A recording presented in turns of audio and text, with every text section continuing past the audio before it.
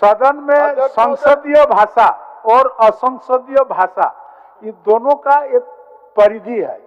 कोई भी माननीय सदस्य को असंसदीय भाषा नहीं निकालना चाहिए। ये माननीय सदस्यों के आचरण और मर्यादा के प्रतिकूल है। जोहार। झारखंड विधानसभा के बजट सत्र के आज चौथा दिन रहे। प्रश्नकाल के तहत आज प्रश्न वर्ग 3 में वर्गीकृत विभागों के प्रश्न और उत्तर के दिन रहे। नगर विकास और आवास विभाग, भवन निर्माण विभाग, परिवहन विभाग, पथ निर्माण विभाग, ग्रामीण विकास विभाग, ग्रामीण कार्य विभाग और पंचायती राज विभाग के अल्पसूचित और तारांकित प्रश्नों के मिलाकर 54 प्रश्न और कायल सदन से स्थगित 2 प्रश्न के मिलाकर गोट 56 प्रश्न सूचीबद्ध रहे। इकर में से माननीय सदस्य श्री राजेश कच्छप, श्री ढुल्लू महतो, सुश्री अम्बा प्रसाद के अल्पसूचित प्रश्न और श्री कोचे मुंडा, श्री नलिन सोरेन, श्री रामचंद्र सिंह, श्री कमलेश कुमार सिंह और डॉक्टर लंबोदर महतो के तारांकित प्रश्न सहित गोट 8 प्रश्न सदन में दियल गए और उकर पर विस्तार से चर्चा भेलै। जो ऑटो चालक जो है महोदय, वो झारखंड प्रदेश के गरीब गुरबा लोग हैं महोदय, और उन्होंने कर्जा में लोन में लेकर के उन्होंने ऑटो लिया। ऑटो परिवहन विभाग ने ऑटो तो दे दिया, ऑटो दे दिया कि इसका परमिट नहीं लगेगा। गरीब आदमी लोन में लेकर के पैसा कर्जा लेकर के ऑटो खरीद लिया। अब अगर हम उसको रूट नहीं देंगे, परिवहन विभाग और नगर विकास का मामला में हम फंसा के रखेंगे, वो गरीब आदमी कहाँ जाएगा। ये गरीब तबके के लोग जो लोन पर अपना ऑटो रिक्शा लेकर अपना जीवन निर्वाह कर रहा है, वैसे लोगों को भी रूट चार्ट देना चाहिए ताकि उसको भी लाभ मिले। तो मुझे लगता है कि नगर से और नगर विकास और परिवहन विभाग दोनों मिलकर इसका समस्या का समाधान किया जा सकता है। बाग हमारा विधानसभा 61 पंचायत का विधानसभा अध्यक्ष महोदय, पंचायत का प्रखंड है और मात्र एक सरकारी कॉलेज अध्यक्ष महोदय। मैं सरकार से आग्रह करना चाहता हूं कि वहां पे सरकारी कॉलेज कम से कम 3 खुलवाने का मैं मांग करता हूं। मैं बाघमारा महाविद्यालय बाघमारा तथा डीएवी महिला महाविद्यालय कतराजगढ़ जो स्थायी संबद्धता प्राप्त है, वहाँ उस पर पठन पाठन का कार्य बहुत नियमित रूप से हो रहा है और छात्र छात्राएं वहाँ शिक्षा ग्रहण कर रही हैं। और इसकी दूरी कतराज से बाघमारा की दूरी मात्र 13 किलोमीटर है। इसलिए अभी बाघमारा में तत्काल कोई महाविद्यालय स्थापित करने का सरकार का निर्णय नहीं है कि प्राथमिकता के आधार पर ढुल्लू जी का कॉलेज पर ध्यान दिया जाएगा तो हो गया। आज मैंने एक बहुत महत्वपूर्ण सवाल किया है अध्यक्ष महोदय, जो राज्य से जुड़े हुए सभी पंचायत के विकास से जुड़ा हुआ सवाल है, जिसमें पंचायत प्रतिनिधि, चाहे वो जिला परिषद सदस्य हो, मुखिया हो, उप मुखिया हो, पंचायत समिति सदस्य हो, वार्ड सदस्य हो, इनके अधिकार से जुड़ा हुआ है अध्यक्ष महोदय। सरकार का निर्णय है कि सभी विधानसभा क्षेत्र में एक डिग्री कॉलेज, आगे जरूरत पड़ेगी तो हम लोग पंचायतों में भी बनवाएंगे, प्रखंडों में भी बनवाएंगे।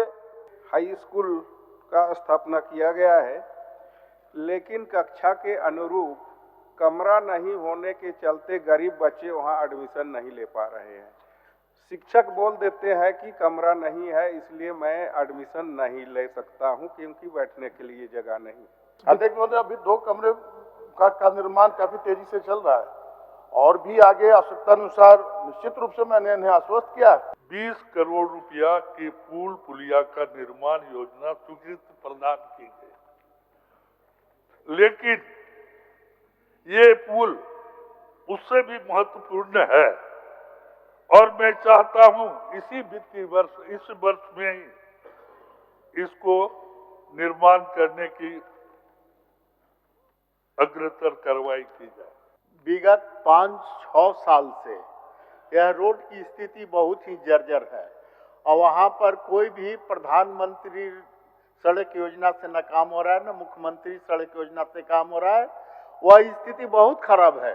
आपसे हमारा पर्सनली रिक्वेस्ट होगा, आग्रह है, काफ़ी गांव पड़ता है, दर्जनों गांव पड़ता है माननीय मंत्री जी, और वहाँ के जनता काफ़ी त्रस्त है। वहाँ पर पुलिस पिकेट भी है, उन लोग को भी जो है मूव करने में काफ़ी कठिनाइयों का सामना करना पड़ता है। सर मैं इसको पर्सनली, जैसा इन्होंने कहा कि पर्सनली दिखवा लिया जाए, तो मैं पर्सनली इसको दिखवा लेता हूँ। आज शून्यकाल के गोट 24 सूचना के संबंधित सदस्यों द्वारा सदन में पढ़ल गए। अतः राज्य में बच्चों को बेहतर शिक्षा दिलाने हेतु समस्त अल्पसंख्यक स्कूलों के खपराइल कच्चे मकानों का नवनिर्माण कराने की मांग मैं सरकार से करता हूँ। सदन के माध्यम से मांग करता हूँ कि वीर शहीद तेलंगा खड़िया अंतर्राष्ट्रीय बस स्टैंड में सिमडेगा नगर परिषद द्वारा इनका मूर्ति लगाकर सम्मान एवं आदर दिया जाए। पूरे प्रखंड में केवल 108 का एक के भरोसा में ही चल रहा है। फलस्वरूप कभी कभी मरीज के लिए जीवन संकट की स्थिति में आ जाता है। अतः आसन के माध्यम से सरकार से मांग करता हूं कि चाकुलिया CSC को अविलंब 2 एम्बुलेंस तथा एक 108 एम्बुलेंस सेवा उपलब्ध कराने का कष्ट करें। तो प्राइमरी से लेकर विश्वविद्यालय स्तर पर जनजातीय एवं क्षेत्रीय भाषाओं को पठन पाठन प्रारंभ करने, पुस्तक की प्रकाशन के साथ शिक्षक की नियुक्ति करने की मांग आसन के माध्यम से सरकार के करता हूं। अतः सरकार से मांग है कि देवघर में तारामंडल की अविलंब निर्माण कराई जाए। बात ध्यानाकर्षण के करबे तो पहले 2 कार्य दिवसों से सदन से स्थगित 9 गो ध्यानाकर्षण के सूचनाओं के मिलाकर गोट 14 सूचनाएं आज के कार्य सूची में रहे, जकर में से श्री मथुरा प्रसाद महतो, श्री नीलकंठ सिंह मुंडा और श्री लंबोदर महतो सहित गोट 3 सदस्यों के सूचनाओं के पढ़ल गए और उकर पर सरकार के बातचीत लियल गए। माननीय मंत्री जी से जानना चाहते हैं कि फेज 1 और फेज 2 समय क्या कार्य पूरा होगा? 52% काम हो चुका है। हमारी कोशिश जरूर रहेगी अब विभाग के समय पर योजना पूर्ण हो जाए। इसके लिए पूरा दबाव बनाया जाएगा संबंधित एजेंसी के ऊपर। और सुप्रीम कोर्ट का हवाला इन्होंने ही बतलाया कि वो आरक्षण से संबंधित है, नगर निकाय का चुनाव नहीं कराने से संबंधित अध्यक्ष महोदय नहीं है। और महाराष्ट्र न्यायालय का अध्यक्ष महोदय इन्होंने 2 केस का हवाला दिया है। एक केस में ये है, एक केस का तो अभी डिसीजन आया नहीं है अध्यक्ष महोदय। इनको जानकारी था अप्रैल 2023 को कार्यकाल समाप्त हो रही है, तो अप्रैल को समाप्त हो रही है अध्यक्ष महोदय, तो उनसे पहले इनको तैयारी करनी चाहिए थी कि नहीं?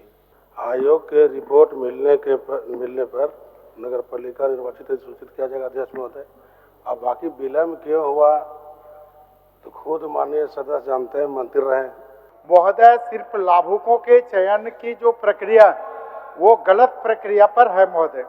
मैं अपने से कुछ बात नहीं कर रहा हूँ महोदय।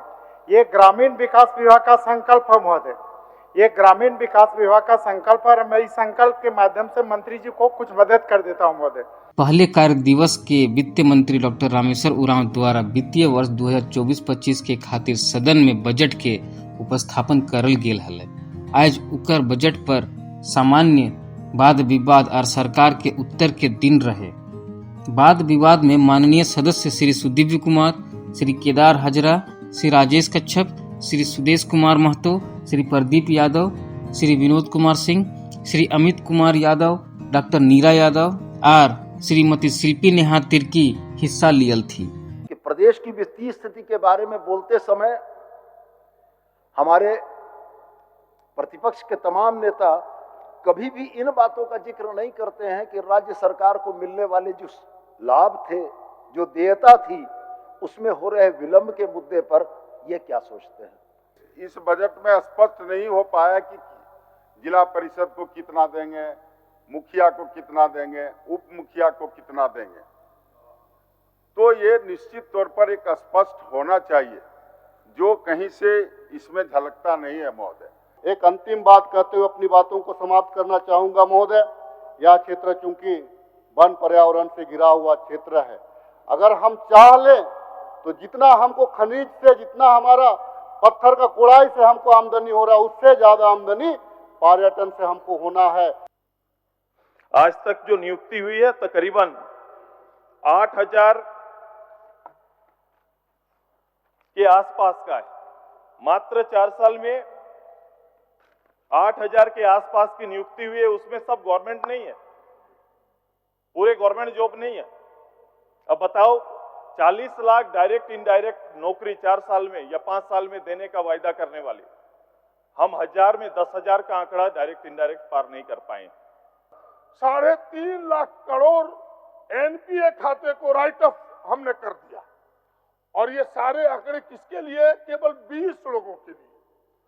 देश के केवल 20, अडानी, अंबानी, ये जो सारे लोग हैं जो कतार में खड़े हैं, जिनको हाथ से हाथ मिला के चलते हैं, ऐसे लोगों की माफी है। अच्छा, जो सबसे सरकार लगातार उसमें खर्च कर रही है, लेकिन किसके लिए?